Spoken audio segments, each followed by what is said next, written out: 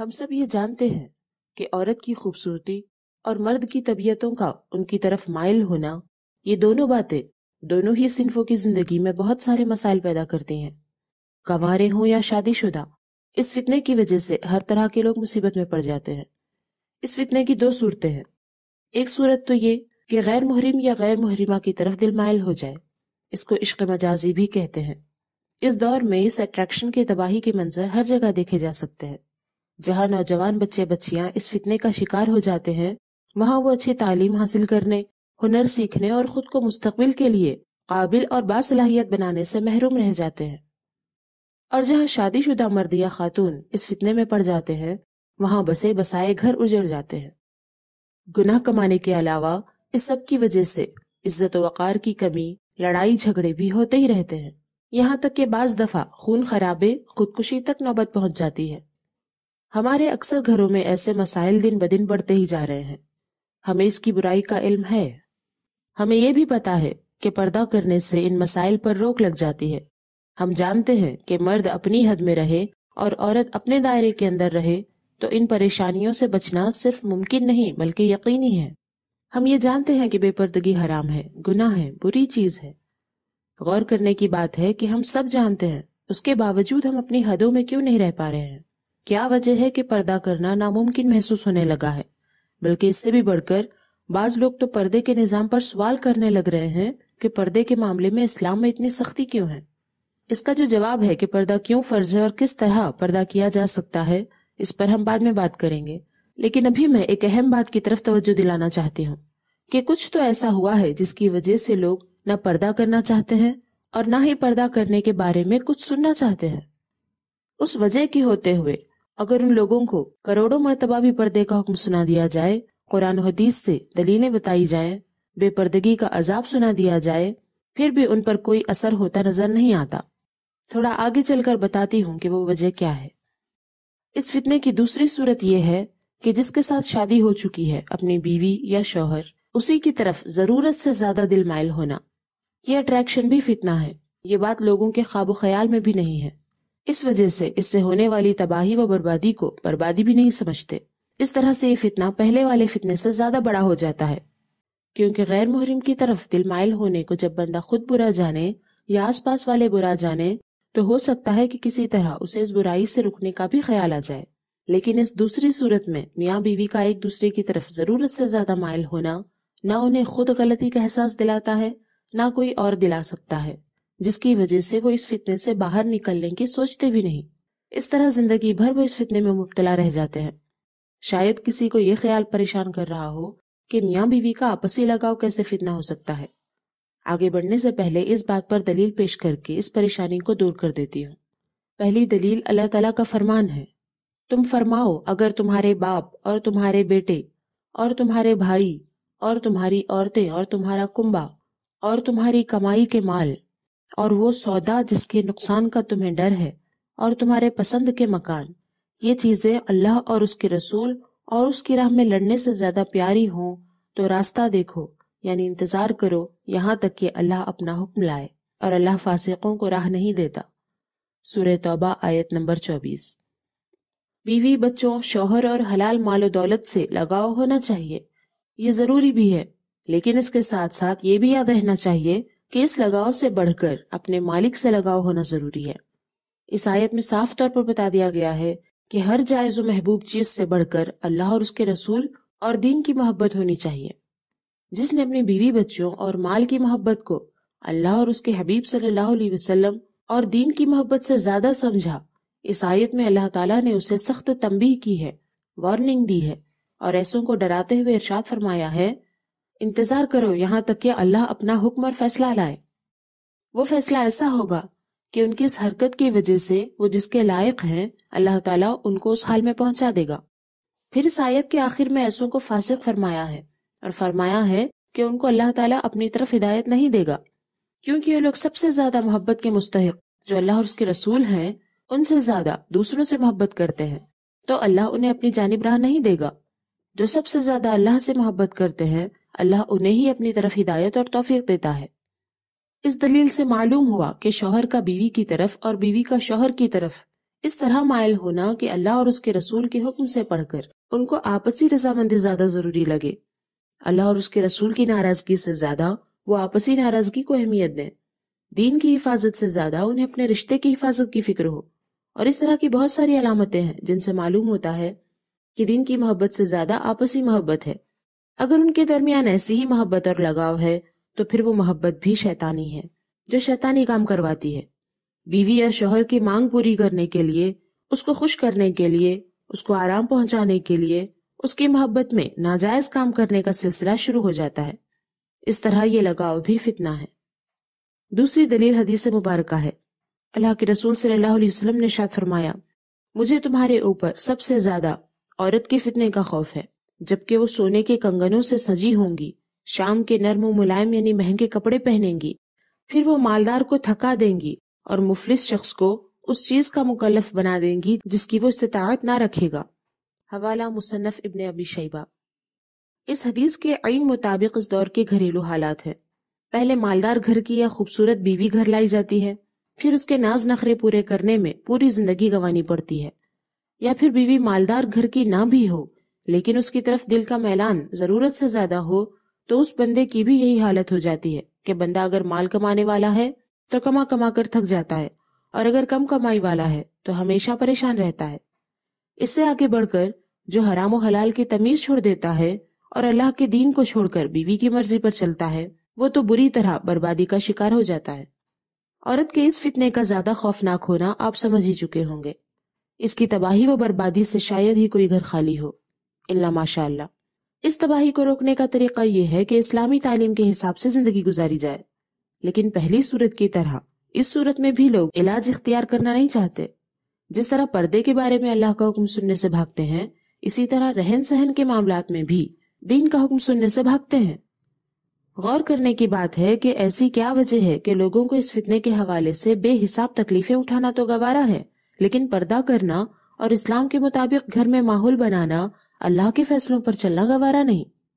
غور کریں گے تو آپ کو بھی نظر آئے گا کہ عورت کے فتنے میں ساری انسانیت پھنس چکی ہے۔ خوبصورت عورت حاصل کرنا مردوں کی زندگی کا مقصد بن چکا ہے، اور کماؤ مردوں کو اپنی خدمت میں لگا دینا عورتوں کا مقصد بن چکا ہے۔ پڑھنے لکھنے، ہنر سیکھنے، کام کرنے، پیسہ کمانے، پیسہ جمانے، گھر بنانے، صحت بنانے، یہاں تک کہ کپڑے پہننے اور بال بنانے میں تک لڑکوں کے ذہن میں لڑکیوں کا خیال رہتا ہے۔ پڑھ لکھ کر قابل بنتے ہیں کمانے کے لیے، پھر اچھا کماتے ہیں اچھے رشتے یعنی خوبصورت لڑکی کے لیے۔ اتنا سب کرنے کے بعد شادی کے معاملے میں خوبصورتی کے اپنے ذہنی خیال سے ایک ذرہ برابر بھی نیچے اترنا انہیں گوارا نہیں ہوتا۔ دوسری طرف لڑکیوں کے دماغ میں یہ فکر سوار ہوتی ہے کہ اپنے اوپر مال لٹانے والے شوہر کو پانے کے لیے خود کو کیسے تیار کرے۔ علم و ہنر کے ذریعے وہ انڈیپینڈنٹ بننا چاہتی ہیں تاکہ جب بھی شوہر اس کے پیچھے لٹ جانے کے بجائے اس سے اپنی اور اپنے گھر والوں کی خدمت کی بات کرے تو یہ اس پر ڈیپینڈ ہونے کی وجہ سے اس کی خدمت کرنے میں پھنس نہ جائے، اپنی انڈیپینڈنسی دکھا کر چھوڑ جانے کی دھمکی دے سکے، یا واقعتاً آزادی کے ساتھ وہاں سے نکل جائے اور دوسرا غلام تلاش کرے۔ ظاہری خوبصورتی کو مینٹین کرتی ہیں تاکہ شوہر کی مدد سے اپنی من چاہی زندگی گزارنے کے لیے اسے اپنا گرویدہ بنائے رکھ سکے۔ اس طرح مرد و عورت یہ دونوں ہی صنف دنیا کی لذتیں حاصل کرنے کے لیے ایک دوسرے کو استعمال کرنا چاہتے ہیں، اور سب سے زیادہ تکلیف دہ بات یہ ہے کہ ان دونوں صنفوں کے ان گھٹیا مقاصد کو پورا کرنے میں کل جہاں ان کی مدد کرتا ہے، ان کو درست کہتا ہے، کیونکہ سبھی ایسے ہیں۔ یہاں تک کہ والدین ان کی پرورش ہی اس طرح کرتے ہیں کہ ہر بات کو لا کر شادی پر ٹھہرا دیتے ہیں، جیسے کہ شادی ہی زندگی کا مقصد ہو۔ ایسا کرو گے تو لڑکی کون دے گا، ویسا کرو گے تو رشتے کیسے آئیں گے، وغیرہ وغیرہ۔ یہ نہیں کہا جاتا کہ یہ کام اس لیے کرنا ہے کیونکہ یہ صحیح ہے، یہ کام اس لیے نہیں کرنا ہے کیونکہ یہ اس وجہ سے غلط ہے۔ اس لیے بچوں کے ذہن میں یہی فکر سما جاتی ہے کہ سب کچھ اچھی شادی کے لیے ہی تو کرنا ہے۔ اس کے بعد عمر کے لحاظ سے ایک دوسرے کی طرف جن سے کشش کا دور گزرتا ہے اس میں وہ انہی باتوں کی طرف متوجہ رہتے ہیں۔ تب لوگ انہیں منع کرتے ہیں، صبر کرنے کو کہتے ہیں، کچھ اور کرنے کو کہتے ہیں۔ جب انہیں زندگی جینے کا کوئی اور مقصد ہی نہیں معلوم تو وہ کچھ اور کیا کریں گے؟ وہ تو وہی کریں گے جو ان کی صبح و شام کی فکر ہے۔ اس طرح شادی ہونے تک لڑکے ہو یا لڑکیاں اس فتنے کا شکار رہتے ہیں، پھر شادی ہونے کے بعد دوسری صورت کے فتنے کا شکار۔ من چاہی خوبصورتی نہ ملنے کی وجہ سے مرد کی تلاش ختم نہیں ہوتی، جب بھی خوبصورتی سامنے آئے اس کی نظر نہیں ہٹتی، اور من چاہی خواہشات پوری نہ ہونے کی وجہ سے عورت کی تلاش بھی ختم نہیں ہوتی، اس لیے وہ فتنوں کو راہ دیتی ہے۔ اس طرح باطن میں ناشکری اور آوارگی کے طوفان کا اتنا شور مچا ہوتا ہے کہ ایسے وقت میں پردے کا حکم، اسلامی تعلیم کی آواز انہیں سنائی ہی نہیں دیتی۔ ابتدا میں نے جو وجہ بتائی تھی وہ یہی ہے کہ لوگوں کا مائنڈ سیٹ خراب ہو چکا ہے۔ 100 سالوں سے فلموں میں ایک جھوٹ دکھایا جا رہا ہے کہ خوبصورتی اور مال و دولت پانے سے خوشی ملتی ہے۔ ایسے سین پر کہانی ختم ہوتی ہے کہ دیکھنے والے کے ذہن میں یہی جھوٹ نقش ہو جاتا ہے، جبکہ یہ دنیا کی سب سے بڑی جھوٹی باتوں میں سے ایک بات ہے۔ فلموں کی کہانی جہاں ختم ہوتی ہے، اس کے بعد کی کہانی کیا ہو سکتی ہے اس پر وہ نادان سوچتے ہی نہیں۔ کیسے سوچیں گے؟ ان کی کچھ سوچنے سے پہلے اگلی کہانی، اگلی فلم الگ انداز میں اسی جھوٹ کو لے کر ان کے سامنے آتی ہے۔ یہ سلسلہ بڑی پابندی سے چلتا آ رہا ہے۔ جب سے فلم انڈسٹری بنی ہے اس وقت سے لے کر آج تک اس جھوٹ کو پیش کرنے میں ذرہ برابر بھی سستی نہیں برتی گئی، اور نہ ہی ایک طریقے سے یہ جھوٹ دکھایا گیا ہے، بلکہ شیطان نے جو کہا تھا کہ دائیں بائیں آگے پیچھے چاروں طرف سے اور آوازوں سے، نظروں سے انسان کو بہکاؤں گا، تو وہ اپنی چال پر چلتے ہوئے ہر طرح کی ذہنیت رکھنے والوں کے لیے ایسے مواد کے ساتھ عورتوں کا فتنہ فلموں کے ذریعے عام کر رہا ہے کہ بڑے تو بڑے، نابالغ بچے بھی عمر سے پہلے دماغی طور پر بالغ ہو کر اس فتنے میں مبتلا ہو رہے ہیں۔ فلموں، ڈراموں اور کارٹونوں میں جس کو ہیپی اینڈنگ بتایا جاتا ہے، اصل میں وہ زندگی کا سب سے زیادہ نازک اور خطرناک مرحلہ ہوتا ہے۔ نادان لوگ خوبصورتی اور مال و دولت پانے کو سچ میں ہیپی اینڈنگ سمجھتے ہیں، اور اس کو پانے کے لیے دیوانے ہو جاتے ہیں، اور پانے کے بعد خود کو کامیاب سمجھ کر بے فکر ہو جاتے ہیں۔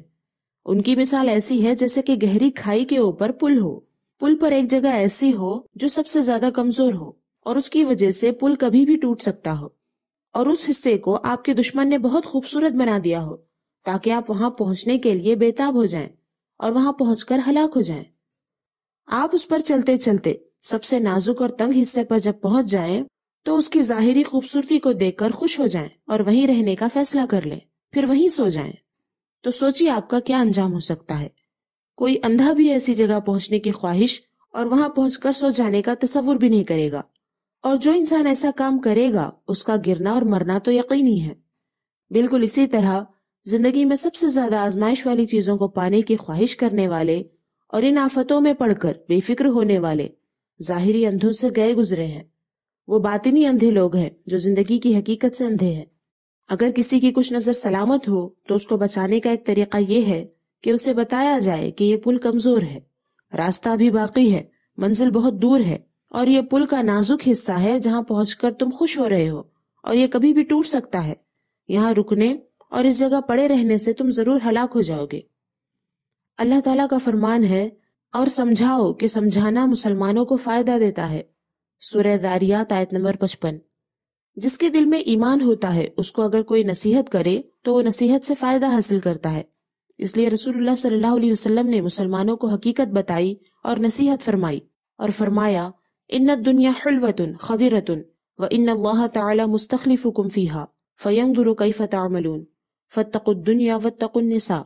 بے شک دنیا میٹھی اور ہری بھری ہے، اللہ تعالیٰ اس میں تمہیں جانشین بناتا ہے، پھر تمہیں آزماتا ہے کہ تم کیسے عمل کرتے ہو، تو تم دنیا سے بچو اور عورتوں سے بچو۔ حوالہ مسلم شریف کتاب الرقاق۔ اس حدیث کا ایک ایک حصہ ہماری بڑی بڑی غلط فہمیوں کو دور کرتا ہے۔ فرمایا ان الدنیا حلوۃ خضرۃ، بے شک دنیا میٹھی اور ہری بھری ہے۔ اس کا مطلب یہ ہے کہ جس طرح میٹھی چیز کو پانے کی خواہش ہوتی ہے، اسی طرح دنیا ایسی ہے کہ اس کو پانے کی خواہش ہوتی ہے، لیکن ساتھ میں اس کی حقیقت یہ بھی ہے کہ یہ ہری ہے، اور ہر ہری چیز کچھ وقت بعد سوکھ جاتی ہے، اس کی ہریالی اور خوبصورتی ختم ہو جاتی ہے۔ اسی طرح دنیا بھی ہری ہے، کچھ وقت بعد یہ بھی سوکھ جائے گی، ختم ہو جائے گی، خوبصورتی ختم ہو جائے گی، دولت ختم ہو جائے گی، آرام ختم ہو جائے گا، جسمانی قوت ختم ہو جائے گی، بڑھاپا آ جائے گا۔ فلمیں دیکھ کر لوگوں نے خوبصورتی پانے کے منظر تو ذہن میں رکھے، لیکن اس کے بعد کی حقیقت کہ ہر خوبصورتی بہت ہی تھوڑی دیر کی ہوتی ہے، اس کو لوگ بھول گئے، اور اسی تھوڑی دیر کی خوبصورتی کے پیچھے زندگی گنوا بیٹھے۔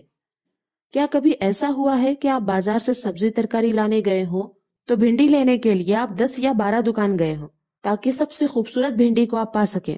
اس لیے یہ دیکھنے بیٹھ گئے کہ بھنڈی کتنی لمبی ہے، اس کے پانچوں جانب برابر چوڑائی ہے یا نہیں، اس کی نوک برابر ہے یا نہیں، اس طرح ساری بھنڈیاں ایک جیسی ہوں تو زیادہ خوبصورت لگیں گی، اس لیے ایک سائز اور ایک جیسی بھنڈیاں تول میں ڈالنے بیٹھ گئے۔ اسی طرح کیا کبھی ایسا ہوا ہے کہ بازار میں آپ یہ چاہ رہے ہوں کہ ٹماٹر لال چمکدار ہونے کے علاوہ مہنگے بھی ہوں تاکہ سوسائٹی میں عزت رہے کہ مہنگی دکان سے ترکاری آئی ہے؟ اسی طرح آپ نے ترکاری لا کر اسے ایک ہفتہ شوکیس میں رکھا تاکہ لوگ جانیں کہ آپ نے اتنی محنت سے اتنا گن چن کر مہنگی ترکاری لائی ہے، تو سب کو پتہ چلنا چاہیے۔ نہیں، ان میں سے کوئی کام آپ نے، ہم نے، کسی نے نہیں کیا۔ کیوں؟ کیونکہ ہم جانتے ہیں کہ ترکاری ایک چیز ہے، اس کی ایک اہمیت ہے، اس سے غذا ملتی ہے، اس لیے اس کا احترام کرنا چاہیے، اور اس کے ساتھ ساتھ اس کی ایک عمر ہے، یہ بہت جلد سوکھ جاتی ہے، اس لیے اس کے سوکھنے سے پہلے اس کی اچھائی سے فائدہ حاصل کر لینا چاہیے، اور اس کے فائدے کے مطابق ہی اس پر پیسہ اور وقت خرچ کرنا چاہیے۔ تو پھر ہم یہ بات کیوں نہیں سمجھتے کہ ہم بھی ایک چیز ہیں، ایک کام کی وجہ سے ہماری ایک اہمیت ہے۔ اللہ کے دیے ہوئے مقصد کو پورا کرنے میں انسان کو ایک دوسرے سے مدد ملتی ہے، اس لیے ایک دوسرے کا احترام کرنا چاہیے، اصل انسانیت کو دیکھنا چاہیے، نہ کہ ظاہری خوبصورتی کو، کیونکہ ایک عمر بعد ظاہری خوبصورتی کو ختم ہو جانا ہے۔ ہماری بھی ایک عمر ہے، اسی کے حساب سے خود پر اور دوسروں پر وقت اور پیسہ خرچ کرنا چاہیے۔ ہماری عمر کی کھیتی سوکھ جانے سے پہلے جس کام کے لیے ہم پیدا ہوئے ہیں اس کو پورا کرنا چاہیے، نہ کہ خوبصورتی کو پانے اور اس کو شو کرنے میں لگ جانا چاہیے۔ اور بھی بہت کچھ ہے جو حدیث کے اس جملے سے سمجھا جا سکتا ہے۔ حدیث کا اگلا جملہ ہے، ان اللہ تعالی مستخلفکم فیہا فینظر کیف تعملون۔ اللہ تعالیٰ اس میں تمہیں جانشین بناتا ہے، پھر تمہیں آزماتا ہے کہ تم کیسے عمل کرتے ہو۔ یعنی دنیا میں ایک کے بعد ایک سب ایک دوسرے کی جگہ لیتے ہیں۔ دنیا کی چیزیں کچھ لوگوں کے بعد دوسرے لوگوں کے ہاتھ میں آ جاتی ہیں، جب ان کی باری ختم ہو جاتی ہے تو ان سے واپس لے لی جاتی ہیں، پھر دوسروں کو دی جاتی ہیں۔ بعض چیزیں تو وہی کے وہی دوسروں کے ہاتھ پہنچا دی جاتی ہیں، جیسے کہ روپیہ پیسہ، گھر جائیداد، مرتبہ، پوسٹ وغیرہ، اور کچھ چیزیں انسان سے ختم کر دی جاتی ہیں اور دوسرے انسان کو نئے سرے سے دی جاتی ہیں، جیسے کہ صحت و تندرستی، خوبصورتی، قوت و طاقت، بیوی، شوہر، بچے وغیرہ۔ غرض کی دنیا کی ہر چیز برتنے کا سامان ہے۔ یہ سب کچھ دے کر اللہ تعالیٰ آزماتا ہے کہ بندہ کیا کرتا ہے۔ یہ دنیا جو میٹھی اور ہری ہے، یہ ہر ایک کو آزمائش کے طور پر دی جاتی ہے۔ جب یہ ملتی ہے تو اسے پا کر انسان کیا کرتا ہے اس کا ہر عمل نوٹ کیا جاتا ہے۔ خوبصورت یا مالدار لڑکے یا لڑکی کی تلاش میں عمر، عزت و وقار اور عقل سب کچھ گنوانے والے غور کریں کہ اس امتحان میں وہ کیا لکھوا رہے ہیں۔ تمام عورتوں کو یہ ہمیشہ یاد رکھنا چاہیے کہ ان کا حسن و شباب ہمیشہ کا نہیں ہے، ایک سامان کی طرح ہے جو ابھی ملا ہے کل چلا جائے گا۔ اسی طرح وہ یہ بات دماغ سے نکال دیں کہ وہ اپنی خوبصورتی کے بلبوتے ہمیشہ خوش اور آباد رہ سکتی ہیں، یا خوبصورتی کی بنیاد پر ان کو پسند کرنے والا ان سے ہمیشہ خوش رہ سکتا ہے۔ نہیں، جب خوبصورتی ختم ہو جاتی ہے تو یہ ظاہری خوبصورتی کے تماشائی ان کو چھوڑ کر دوسروں کے پیچھے چلے جائیں گے۔ اسی طرح مردوں کو یہ ہمیشہ یاد رکھنا چاہیے کہ ظاہری خوبصورتی کوئی بہت بھاری چیز نہیں ہے کہ اسی کو پانے کے لیے مارے مارے پھریں۔ وہ تو بہت ہی تھوڑے وقت کا سامان ہے اور آزمائش کے لیے ہے۔ ہر انسان کو یہ ہمیشہ یاد رکھنا چاہیے کہ دنیا کی کوئی لذت ہمیشہ کی نہیں، بہت تھوڑے وقت کی ہے، اس لیے اسے اس کی اوقات کے حساب سے اہمیت دیں۔ دونوں صنفوں کو یہ یاد رکھنا چاہیے کہ اللہ تعالیٰ دے کر آزما رہا ہے اور سب کچھ دیکھ رہا ہے۔ ہونے چاہیے کہ اس دھوکے سے، اس فتنے سے خود کو بچائیں۔ اس لیے آگے اللہ کے رسول صلی اللہ علیہ وسلم نے فرمایا، فاتقوا الدنیا واتقوا النساء، یعنی اس آزمائش میں دنیا کے دھوکے سے بچو اور عورتوں کے فتنے سے بچو۔ دنیا کی محبت اور خاص طور سے عورت کی محبت انسان کا سب سے زیادہ ویک پوائنٹ ہے، اور میں پھر سے کہتی ہوں کہ عورت صرف مرد کے لیے نہیں بلکہ خود اپنے لیے بھی فتنہ ہے۔ مرد کے لیے آزمائش یہ ہے کہ وہ عورت کی صحبت میں رہتے ہوئے اللہ کی راہ میں آگے بڑھتا ہے یا نہیں، اور عورت اپنے لیے اس طرح فتنہ ہے کہ وہ اپنے وجود کو سنبھال پاتی ہے یا نہیں، اور اللہ کی راہ میں ترقی کرنے میں مددگار بنتی ہے یا پھر رکاوٹ بن جاتی ہے۔ یہاں جو غفلت برتے گا وہ یقیناً گہری کھائی میں گر کر ہلاک ہو جائے گا۔ نبی کریم صلی اللہ علیہ وسلم کی اس نصیحت کو جو نہیں مانے گا وہ زندگی کی آزمائش میں ضرور فیل ہو جائے گا۔ اس حدیث کو گھر میں فریم کر کے لگائیں تاکہ ہمیشہ دنیا کی سچائی سے آگاہ رہیں، غفلت کی نیند میں نہ چلے جائیں۔ فلم فریم کے ذریعے شیطان نے جھوٹ کو اتنا عام کیا ہے کہ لوگ اسے سچ ماننے لگے ہیں۔ اگر آپ اپنے گھر کو اس جھوٹ کی نحوست سے بچانا چاہتے ہیں تو اس حدیث کو فریم کر کے اسے دیکھتے رہیں، حقیقت کو یاد کرتے رہیں۔ اپنا اور اپنے پیاروں کا خیال رکھیں، اللہ کے ہو کر رہیں۔ اللہ حافظ۔